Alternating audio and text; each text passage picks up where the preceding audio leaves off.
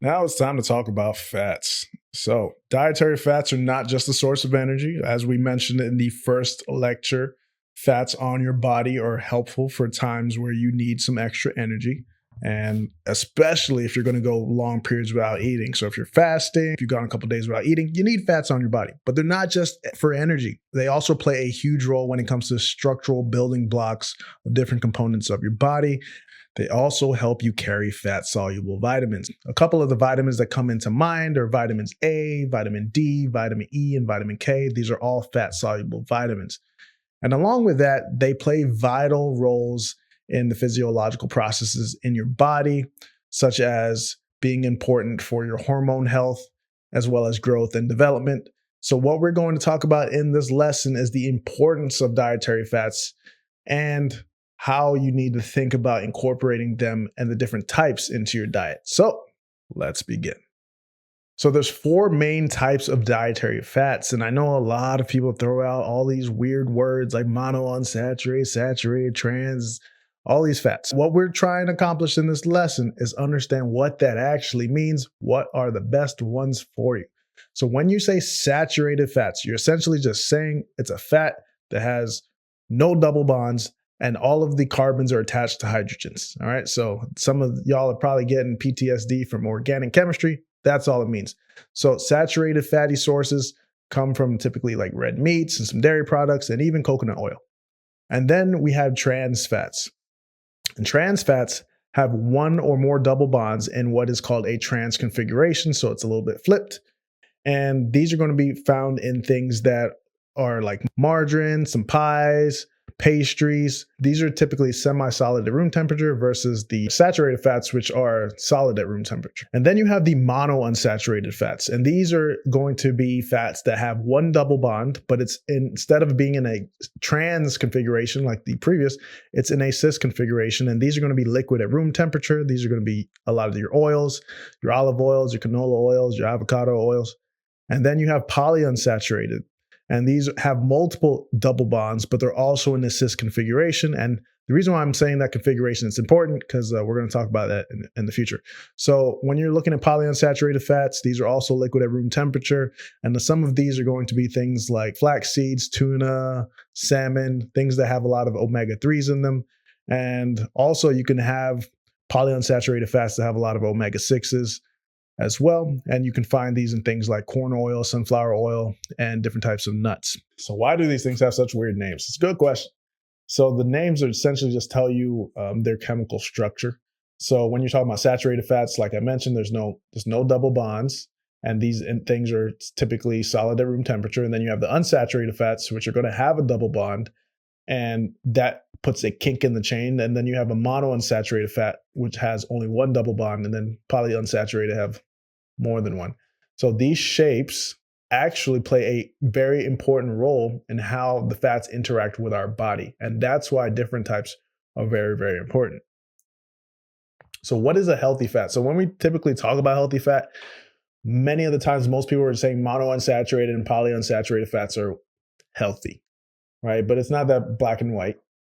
Humans have evolved to eat unprocessed forms of saturated fats, which come from animals. So I don't like saying that, only eat unsaturated or monounsaturated fats. Your body can tolerate saturated fats, and eating saturated fats is not necessarily going to mean you're going to have elevated saturated fats in your body. So our body is going to form saturated fats regardless of what we eat. It's just the way that our body stores fat. A better definition for what is considered a healthy fat might be relatively unprocessed fats from whole foods, right? Just like we talked about in the first lecture. Yeah, we want to be minimally processed as possible. The things that are found in nature that our bodies were used to eating back when we were hunter-gatherers are going to be pretty good for our bodies today, okay? And unhealthy fats are typically going to be those that are industrially produced and designed to be non-perishable. Non-perishable just means it's not going to rot, right? It's something that has a long shelf life. And a lot of trans fats are found in these processed foods, or you might see something like hydrogenated fats. And you'll see this in things like margarine. You'll see it in a lot of peanut butters too. So be careful for your peanut butters. And these help make things more shelf stable, but your body is not really good at processing these, and it actually leads to potential health consequences. So You'll want to stay away from that type of stuff. So in terms of the fats that you do want to include in your diet, if you're going to be cooking with stuff, we'll talk about that in the future, but things like coconut oil, olive oil, those are great oils to use instead of safflower, soybean, corn oils, all the vegetable oils. I just stay away from them. And so now let's talk about importance of omega-3s. So omega-3s are something that a lot of people talk about. They tell you like you need to take fish oil supplements. It's good for your eyeballs. It's good for your heart. And there's a lot of merit to that. So essentially, scientists believe that our omega-3 to omega-6 ratio has been severely skewed as we've evolved and our food and our diets have changed. Apparently, this ratio used to be 1-to-1 or 2-to-1 back in the good old hunter-gatherer days, and now it's like 20-to-1, where we have way too much omega-6s in our diets. And the problem is when you look into what these different omegas do, the omega-6s lead to more inflammation. It's going to promote vessel constriction. It's leading to more blood clotting. It leads to more pain, can potentially lead to airway constriction. And omega-3s essentially do the opposite. So you wanted to have them balanced out.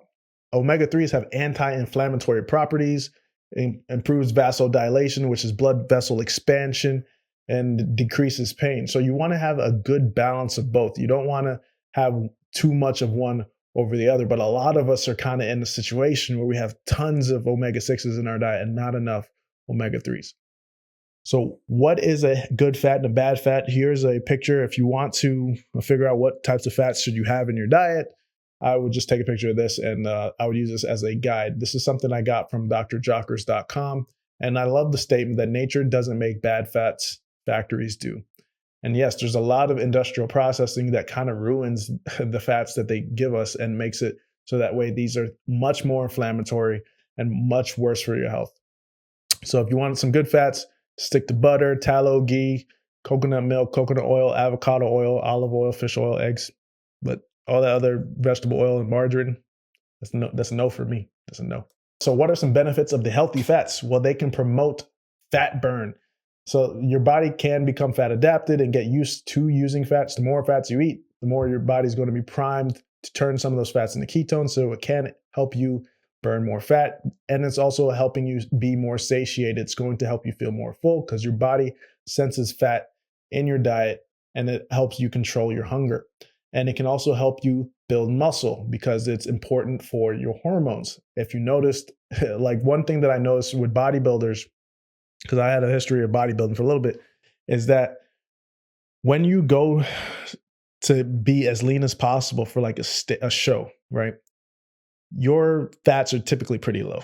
And if you test these people and you test their hormones, and unless they're enhanced, if you test these people, natural bodybuilders' hormones, day before the show, their testosterone, their estrogen, all of their hormones are low.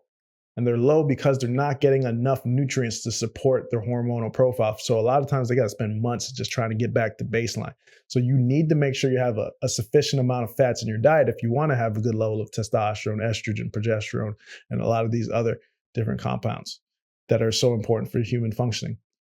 And then it also helps you absorb essential nutrients because there's so many fat-soluble vitamins that we need in our bodies. So those are some major benefits of healthy fats. If you're wondering why you need some fats in your diet, that's why. But remember, it's the right type matters. So what are some safety recommendations? So if you're taking blood thinners or you have heart rhythm disturbances or you're scheduled for surgery in the immediate future or you have any bleeding disorders, then you want to check with your doctor and your pharmacist before you supplement with omega-3s. But for most people, it's pretty safe. And the reason why is because it thins your blood a little bit. It leads to less coagulation and they don't want you to bleed out. So it's a benefit when you're not having surgery, but you don't want to have really thin blood that can help you bleed more when you're about to have a procedure. So that's the only real major consideration with omega-3s. Where's the best place to get omega-3s? So I love to put flaxseed in my yogurt because it's a great source of omega-3s. And I know a lot of people supplement with things like fish oil. However, if you don't like fish burps, and when you burp up, and you taste fish in your mouth after consuming a fish oil pill, I would recommend switching to krill oil. It has omega-3s in it. It's much more stable. It's not going to be rancid, and you don't get the fish burpy taste. So I would just recommend switching to that. I've made that switch. I don't regret it. It's a great compound. So in conclusion, fats are essential for us to live an optimal healthy lifestyle. So in terms of a minimum requirement, we want to make sure we're optimizing for hormone health. I would recommend no less than 0.3 grams per pound. So if someone like myself who's a 200-pound individual times 0.3, that would give me 60 grams of fat minimum per day. And that's going to help me support my hormone function, my energy levels, my appetite. You want to avoid trans fats and vegetable oils. They increase inflammation and increase omega-6s in your body. And you want to supplement with krill oil, fish oil, and some flaxseed. All right. So thank you for listening. That is the last video from the macronutrient section. Congratulations. Hopefully you know so much more about your proteins, your carbs, and your fats now. If you have any questions, comments, or concerns, or you just really love this presentation, be sure to drop a comment and let me know. All right. And I'll see you in the next presentation.